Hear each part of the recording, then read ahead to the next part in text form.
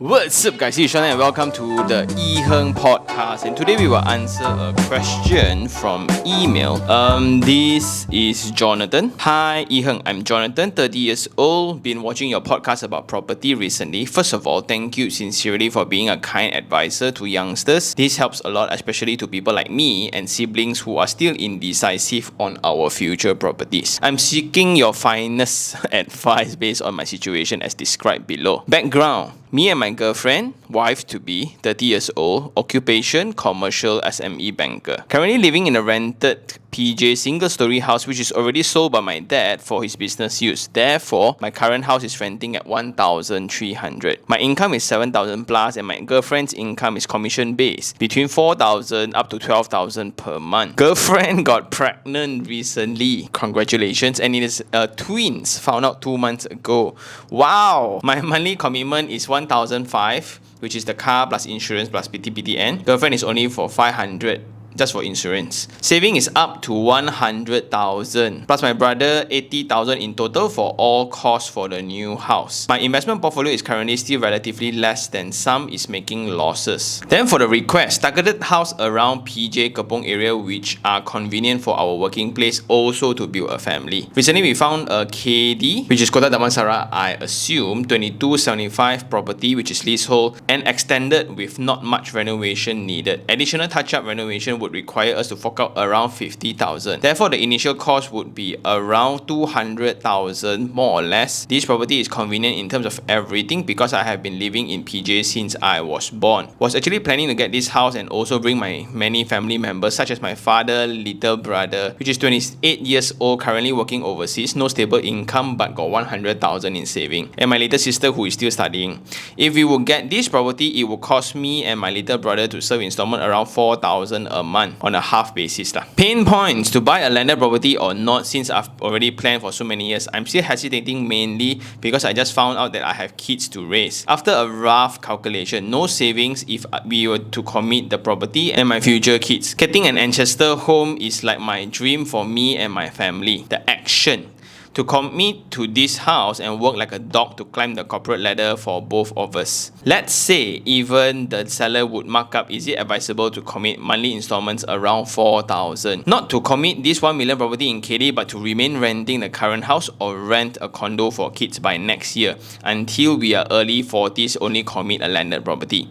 Was worried and wondering if a PJ landed house will increase in the next 10 years to the extent that literally no youngsters is able to afford even with combined income. I did not have any restful nights as I'm still hesitating to make a decision on buying the leasehold 1 million property. The main concerns are the kids. I would really appreciate your sincere advice. Thanks, Sean. Wow, the rest is all pretty standard, right? But first of all, thank you very much, Jonathan, for writing in and giving in such details, right? So this is a story of a young SME banker along with the wife to be, which is a girlfriend, and they just found out that they have a twin coming up in, like, by the time he write in another 6 more months, because twins come out faster. So in 6 months time there'll be additional members to the family already, and currently now they are staying in PJ, a landed single story house, and renting because the father actually sold the property for his business purposes. So now the junction of decision required is whether to buy this Kota Damansara double-story house, which is leasehold at 1 million. They need to fork out around 200,000 plus the renovation fees. Then every month they will need to pay 4,000. So there's a few things to point out here. The first thing is this phenomenon of like youngsters at 30s. The joint income is obviously T20 already. So 2% add together on a good month is like 20,000. On a bad month it's like 11 to 12,000 per month. We are still struggling to get a landed home, and that is going to get worse across time, especially if you are targeting a landed home within a convenient address. And this is something I want to clear up also. Like, a lot of people would debate like, oh, Sean don't like landed properties when Sean always pro high rise. The entire conversation is very skewed because if both the landed home and the apartment is at the same location, which provides me the right convenience, the right level of connectivity, right? Of course, I will pick the landed, but I cannot afford, ma. That's the point, ma. And most of these landed, for example, in Bukit Damansara, in Mont Kiara also got landed. In Bangsar South also got landed. Landed in those areas would cost so much higher, and that wouldn't just make sense if I were to take it as an investment. But it's very interesting for those landed properties as the rentals are also very high. But most of the time people will think that, oh, you get landed, it can be far away. So the same 1 million in a landed property like this versus an apartment in the location right next to your office, which one would be better? So that would not be the right comparison. Yes, it's still a comparison, but what's the point? If you were to get a landed properties that is very far away, every day you need to travel 2 to 3 hours just to get to work and back, right? That 3 hours, you can actually do more things, make more money with that time. Then another thing to talk about, which is the sale of the property for business use. This has always been the practice for the older generation, like our parents' generation, where they buy properties, right, with the intent of saving. We all know when we pay installment for the first 5 years, right, most of it go to interest. But if you just average it out, let's say if the rental of the property actually covers 85% of the installment amount, right, you are actually using the bank's money to build assets for free. Means interest free, right? Not you still need to return the money, but just that on a conventional setting, if you were to borrow 500,000 from the bank for 35 years, you will pay back around 1.3 in total amount plus interest and all, right? But now if you think about renting the landed property out, where the renter can cover around 85 to 88% of the property, actually you just return back around the amount that you borrowed. Meanwhile, building capital appreciation if the property is in the right location. But the tricky thing about landed property, which is also applicable to this conversation, the problem of individual title properties has always revolved around security and the land title. So when a particular community or an address is not gated or guarded, right, it's rather concerning. Of course, there are a lot of examples where the communities are all very united, they go against crime together. That's great, but rare. Because the entire mentality of why a person would invest in an individual title property is they just want to mind their own business. The entire reason why a lot of people don't like stratified projects is because they don't want to go and get permission, don't want to work around neighbors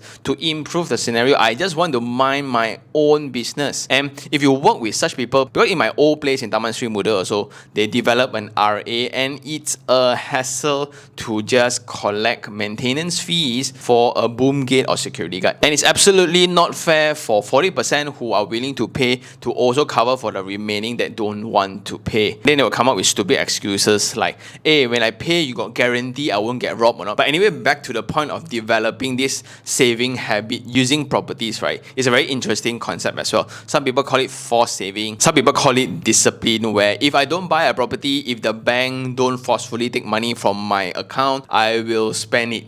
Right, so that's another way to think about it, and it becomes useful whenever like you have a need for money. So suddenly the father business is in need for money, where they can actually just sell out the property and you can cover or build your business. And that's actually pretty common. That's because the interest rate for a housing loan is way lower than a business loan. So a lot of people actually buy property, so when there's equity built within, right, they will just refinance it because you're actually paying housing loan to get out the cash, and they use this cash to roll within their business. So that's another benefit of property investment that should be considered, especially if you are a business owner. So what I like about John here is that they have a sufficient saving, which is around 100,000. Then their money commitment is rather low, which is only 1,500, which is the car insurance and PTPTN. So I would say everything is good, but now with this sudden need of buying a landed property, and that's for romantic reasons. So he mentioned that getting an ancestor home is like a dream, and they want to host everybody in the house, which is the father, the little brother, and the little sister, then plus the wife, plus the 2 upcoming children, right? If you like this kind of thing, so let's do the math, right? If you go in, right, if you pay up 200 over 1,000, which use up entirely your saving, every month now 4,000. So how are you going to split the ownership first? That's something to think about. Like if your brother pays up his 100,000 saving or 50,000 saving, right? right? How much ownership does he get, or what's the percentage like? Because if there's two names within the SPA, then in the future, let's say if you want to sell or he is in need of money, he wants to buy back, at what price you are supposed to buy his share back? For example, right, let's say now, because I just went to Kota Damansara, Kota Damansara is coming up really exciting, and there's a lot of movement within Kota Damansara itself. So I've went to Mahogany Residences lately. That's pretty cool. And if you think about it, if you buy at 1 million today, so let's say in 10-20 years time your brother is in need of money. Hey John, buy over my share. I don't want this house already, because you are raising the entire family here, and if I want to sell the property, it's as if I want to sell off the ancestor home, so I don't have family values, right? So please John, buy off my share. At what price? So because this is a leasehold property, let's not forget, right, within like year 60, the entire valuation is going to drop. So 1 million today might worth maybe 800,000, maybe less. I'm not too sure. Maybe it just stays the same with the current pace of development. I don't know. So that has to be agreed upon before you pull off this deal. Next would be the brand new monthly calculation of commitments. So now many may just think that the house will require 2,000 for installment. Then you have the babies, which is another 2,000 to 3,000. It's not going to be a lot yet until you want to send them for daycare. Unless you have family members to help take care of them, it's going to be a massive cost. So let's just tabulate that out. And are you okay with that brand new amount every month while your savings are depleted? But technically not depleted, it's just being put into the brand new house lah. Is that something that you are comfortable with? Because it's only going to get really stressful when you really need the job. There are changes within it. So let's say they just change a new reporting line. Now there's a brand new reporting manager, and you absolutely hate him, he absolutely hate you. But there's nothing much that you can do. You really need the money as you're living month to month. Regardless how stressful you are, then because of your baby, sometimes they do get sick, and your wife also working, so one of you will need to take day offs. And how many day offs can you take? Because that will definitely affect your performance in your career. Is that something that you can endure? Because this is going to be a conversation piece one. Like if the kid is sick, they will be staying at home. Even if you send to daycare, right, they will send back the kid. So one of you will need to take day off. You half a day, I half a day. But you take half a day off also, you cannot work. Then it's going to be a very, very intense situation, especially if money is part of the intensity. If I don't go to this appointment, I cannot make this deal, then we won't have enough money for the end. Within these situations, are you okay? Then one way is for the owner to actually mark up the selling price. So if they are okay to do so, and the property is more than 5 years already, there's no more tax, right? Then it's a bit easier to do. You just need to cover the additional marginal legal fees and whatsoever. And with that, let's say the money installment becomes 4,500 or 4,008, for example. Then you loan way higher. So you actually loan more money from the bank, and you use that money to do the renovation and pay for everything else while still preserving your saving.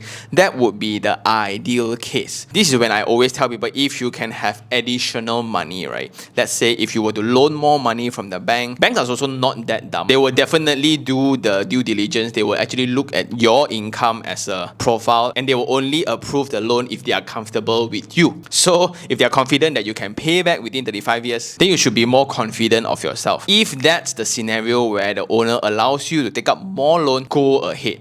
And even if they approve it, bro, we have additional 500 to 800 a month in additional installment to pay, right? The savings that you have, you can just park it into the accounts first to knock off the interest calculation, and that becomes like an emergency fund kind of thing. So the money is just within the accounts, and every time you withdraw, it's going to cost like 25 to 35 ringgit, and this differs from bank to bank, and whether is it a full flexi or a semi flexi loan. So if you go to a full flexi, some banks don't even charge for full flexi services anymore, which means when you have additional money, you just pump it in, and when you're really in need of money for emergency things, right, you can always just take it out. It's pretty flexible, and that would be the best case scenario. scenario. But just don't go too ambitious on the renovation. Then on the other extreme, right? Let's not get the house, right? Save the money, everything. Now you have this amount of cash within the saving account, and every month you are just paying 1,300. The setback to that is you will have this uncertainty of the owner wanting the unit back anytime. So suddenly, when you're in the midst of raising your family, suddenly, hey guys, I just sold the place, you guys need to move out. Then there will be this anxiety to find a new place which is suitable in terms of their daycare, your workplace. So that actually is the not so good part about renting a place. But if you really or directly know the owner, then it's fine. If you have built a relationship, then it's fine. Because even if you sign a tenancy agreement, right, they can always pay you back your money and you leave. So not so nice. But think about the freedom or the peace of mind you have within that setting. So like you have this amount of cash within the bank, anything happen, also fine. Even if you lose your job, you'll be fine for a while. And the next part here will be the debate between you and I on the concept of ancestor home. So it's best that you want to host everyone within the same roof, but that comes with a lot of problems as well, especially when you have kids. So it's always good when you have helpers, when you have extra pairs of hands and eyes around the house to look after them, right? But when it comes to raising them or parenting, right, then you will have a clash of opinions, especially from the elder generation and yours. But admire the spirit of trying to provide for the family. I think that's great. But why must the ancestor home be a landed? And do you really need so much space? Like your father just sold the house because he has a business need, right? And so indirectly, it means that he's still working. He is financially independent. It's good that you want to provide for them as well, but can you afford?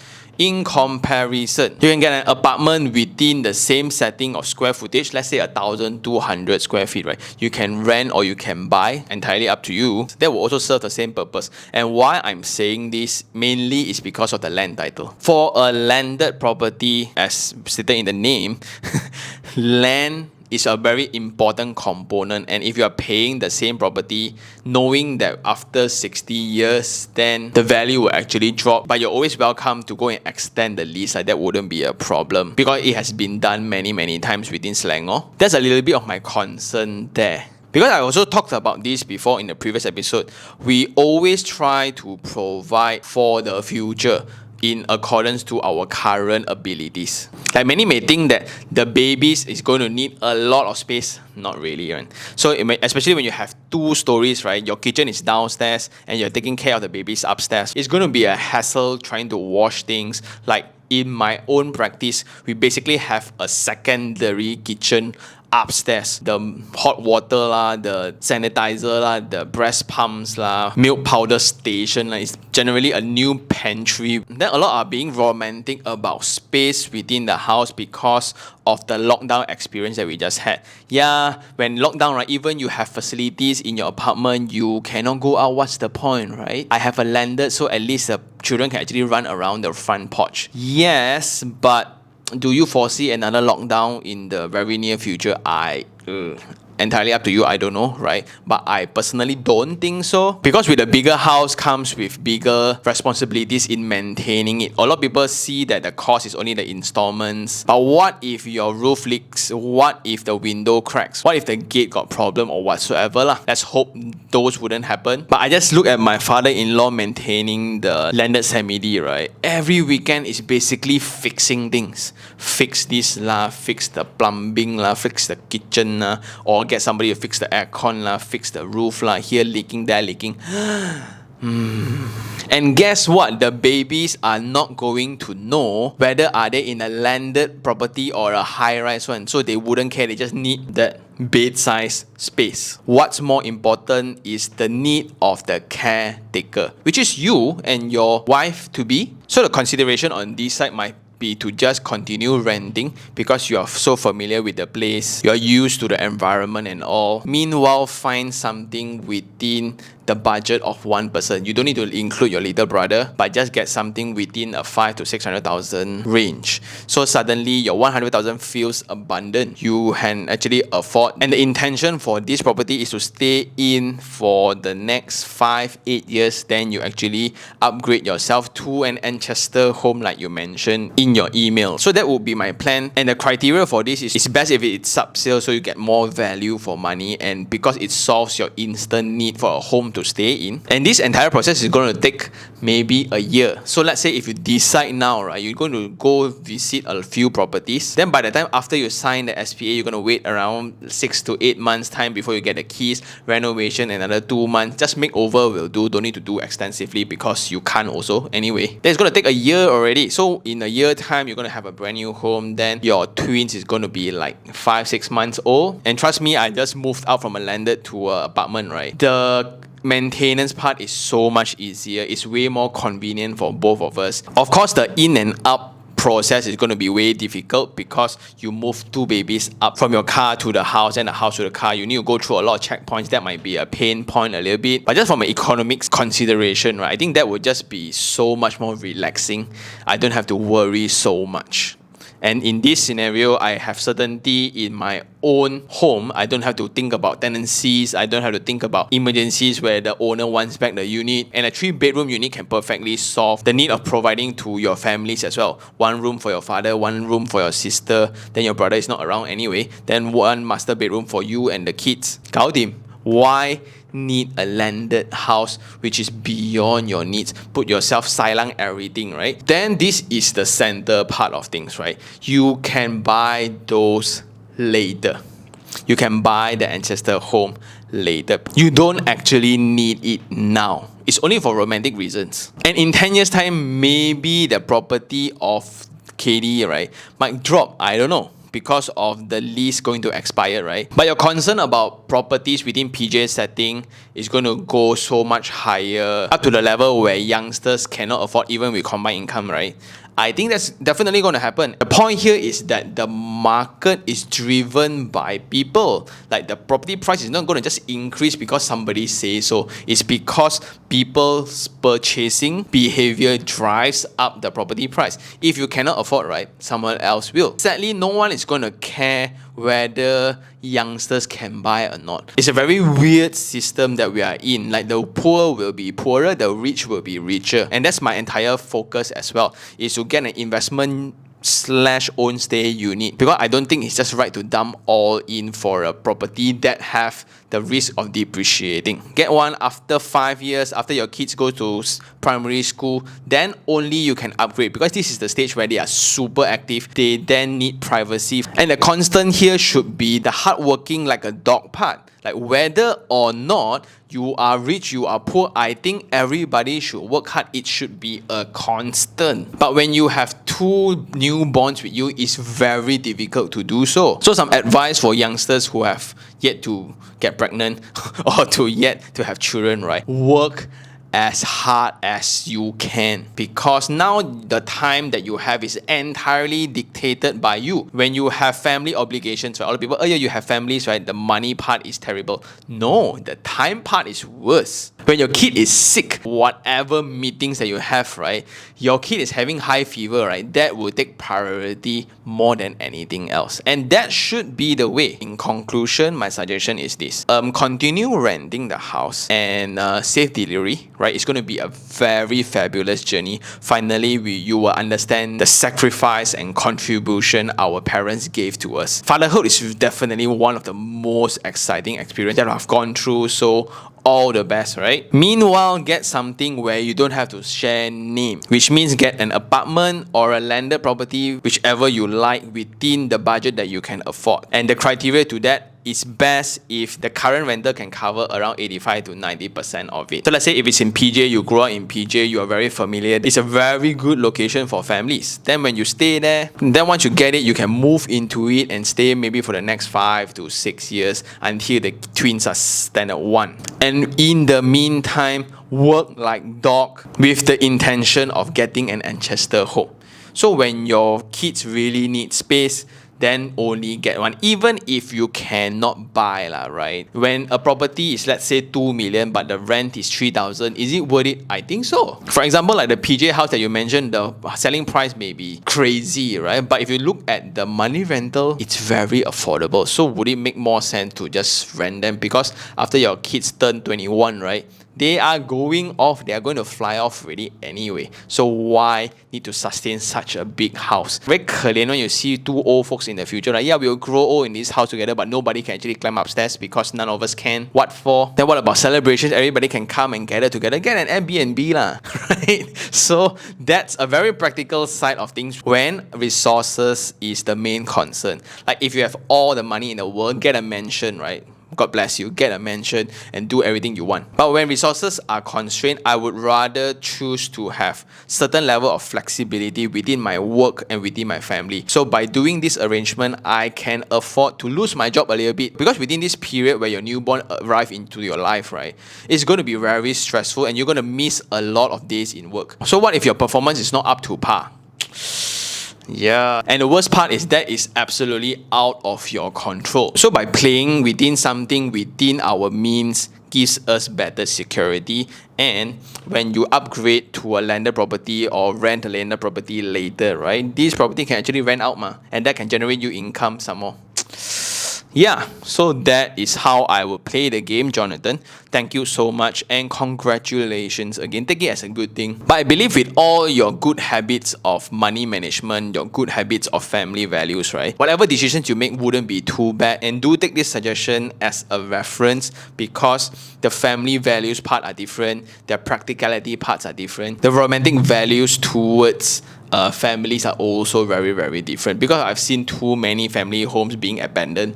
Really wasted. But that's my reality, not yours. But again, thank you very much for writing in. All the best. And for those who still have any questions regarding real estate, do just email me at taniherng@gmail.com, or you can just DM me on Instagram, iherng, and I'll see you guys on the next one. Ciao.